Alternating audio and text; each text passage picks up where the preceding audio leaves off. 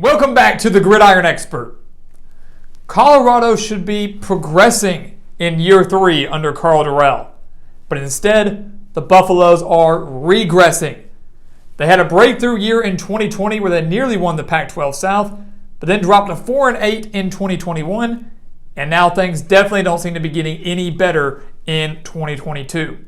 You take a look at Colorado's numbers, guys. Again, brought to you by College Football Encyclopedia. The Buffaloes are 78th in the country in returning production.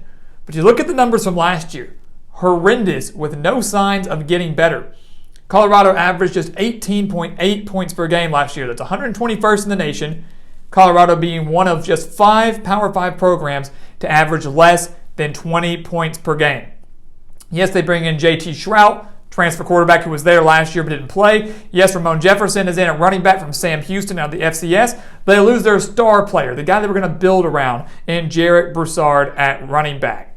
That was what they were looking for. They also only averaged over 257 total yards per game. That's 129th in the nation, guys. Second to last. The defense was 98th in the country last year and loses star players like Nate Landman and Carson Wells at linebacker. They were kind of a tale of two halves, guys. In their 4 wins, were only giving up 14.5 points per game, but in their 8 losses, were giving up 32.8 points per game. Colorado needs to find consistency. They need to find some talent. They need to find some help. And right now, it just doesn't seem that the Buffaloes are going to be able to improve all of that in 2022. But we take a look at their schedule, guys. We're going to take a look at it anyways. It's a brutal schedule for Colorado, guys. Most teams, they have a cupcake team in there they can kind of get a cheap win over, maybe figure out some problems. Colorado doesn't have that. Their non-conference is tough, those first 3 games against TCU, Air Force, and Minnesota. Start with TCU. Horned Frogs have a brand new head coach in Sonny Dykes. I think it's going to take a little bit of time for TCU to kind of work out some issues there. And by a little bit of time, I mean about a half. Colorado, I think, is going to hang in this game against the Horned Frogs for a half in Boulder. But in the end, Max Duggan, the quarterback for TCU, is going to be too much of an issue. He's going to give this Colorado defense fits because of his dangerous dual threat capability. Colorado also does not have the offense to hang with TCU in what will be a prolific offense in Fort Worth. Give me TCU in this game, guys. Colorado drops to 0-1. Colorado is going to be 0-2 after a loss to Air Force as well. Air Force came into Boulder a few years ago and beat Colorado on their home turf. They now get to host the Buffaloes. This is the Colorado team, guys, allowed over 178 rushing yards per game. They're now going up against the number 1 rushing offense in the country last year.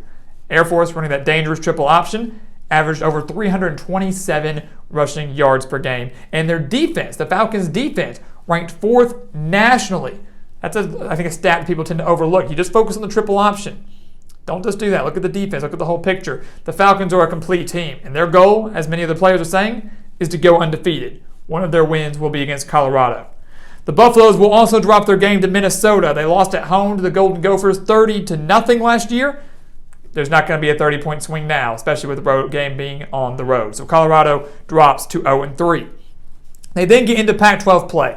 They take on UCLA. They fell to the Bruins by 24 last year. To me, this is going to be very similar to the Air Force game for Colorado because UCLA wants to run the ball. They've got a dual-threat quarterback in Dorian Thompson-Robinson. They've got a dangerous running back in Zach Charbonnet, who had the best season by UCLA back since 2015. UCLA is going to run all over them. UCLA is going to run all over Colorado. JT Shrout might be able to pick apart a few things in the UCLA secondary. UCLA had the worst passing defense in the conference last year. But overall, Colorado simply does not have the defense to stop the Bruins. Even though it is at home, they're now 0-4. They then go on the road to Arizona. This is one of those tricky games that might not make sense to everybody. Arizona lost to Colorado. Colorado beat Arizona 34-0 in 2021. So you would think that Colorado should win this game again, right? Not true. Arizona is not the same team from last year. They're not going to be great. They're not going to put up great numbers, but Jed Fish did a great job utilizing the transfer portal and on the recruiting trail. He brings in a quarterback in Jaden DeLora from Washington State. That's really one of the key pieces that Arizona was missing. They didn't have a solid quarterback last year. Now they do. The game is out in the desert in Arizona. This is a team in Arizona that was somewhat competitive last year, had a handful of losses by just 1 possession, couldn't execute because the youth there. They're better now. And Arizona will beat Colorado in the desert. From a talent standpoint, Arizona owns the edge here, and they do own home field advantage. They're going to get the win. Colorado is now winless, guys, 0-5. They come out of their bye week. Karl Dorrell, if he hasn't been fired yet, knows that he needs to get a win. Out of the bye week, they get it. They're going to take down California. They will take down California. Because here's the thing. This is the game that I think is pretty evenly matched, guys. Neither team has a great offense.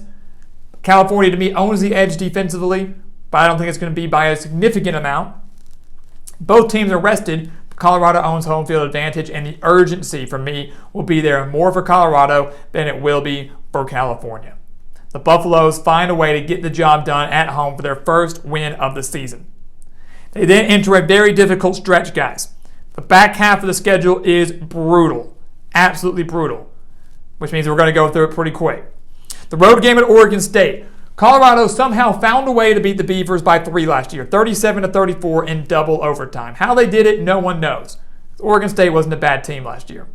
Oregon State's not going to be a bad team this year, though. If anything, they're going to be better than the 7-win team they had last year. Record might not show that, but from a talent standpoint, they should be better, which means they're going to get revenge over the Buffaloes in Corvallis. I would be floored if Colorado could pull off this win again. They got an offensive line for Colorado, a little bit shaky. Might be bad news going up against a solid defensive front from Oregon State. That's going to be the difference maker here, in addition to home field advantage. Colorado will beat Arizona State. We'll go out and say that. They lost to Arizona State by 22 points last year, 35-13. But just like a lot of teams we've talked about, USC, Arizona, guys like that, Arizona State's not the same team we saw last year. They're not even dealing with the same talent they had last year. Because of all the scandals and stuff, all the recruiting and violations that Arizona State has committed, the Sun Devils have lost coaches. They have lost players. They've lost their star quarterback in Jaden Daniels. They lost their entire secondary. Colorado at home, knowing that they're going to need a miracle just to go bowling. More than likely won't, but to keep those bowl hopes alive for another week, find a way to take down Arizona State at home. Again, I think Boulder is the difference maker here, and obviously the lack of talent that Arizona State has is going to be a major role here as well. So Colorado gets their second win of the year, also the second one in conference play. They head into the month of November, guys, and I will just tell you right now, they lose all of them. We'll go quick here. They will lose all 4 games in November, so the hope of going to a bowl game goes away pretty quick.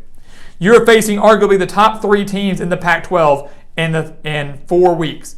Oregon, USC, and Utah. You're facing 3 of the top teams, maybe the 3 top teams, in a span of 4 weeks. Colorado simply doesn't have the talent to hang with any of them. Oregon, they fell to 52-29 last year. Oregon's defense simply will be too much, and they have solved their quarterback issues with Bo Nix. Oregon wins big.